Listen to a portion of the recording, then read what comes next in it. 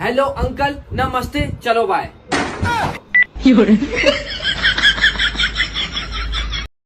मैं जा रहा हूँ दूर, तुम आवाज दोगी क्या? मैं जा रहा हूँ दूर, तुम आवाज दोगी क्या?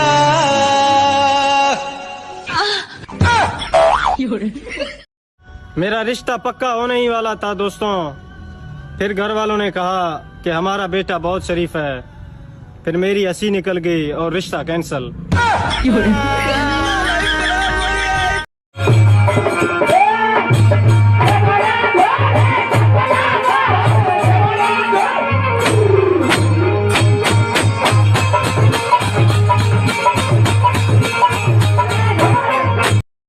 शकल ही साथ नहीं देती साहब, वरना 5-6 गर्लफ्रेंड पटाने का शौक रखते हैं।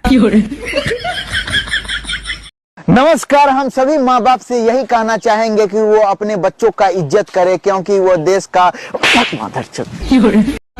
नमस्कार। न ये करें न वो करें, मेरी वीडियो देखने के लिए मुझे फॉलो करें।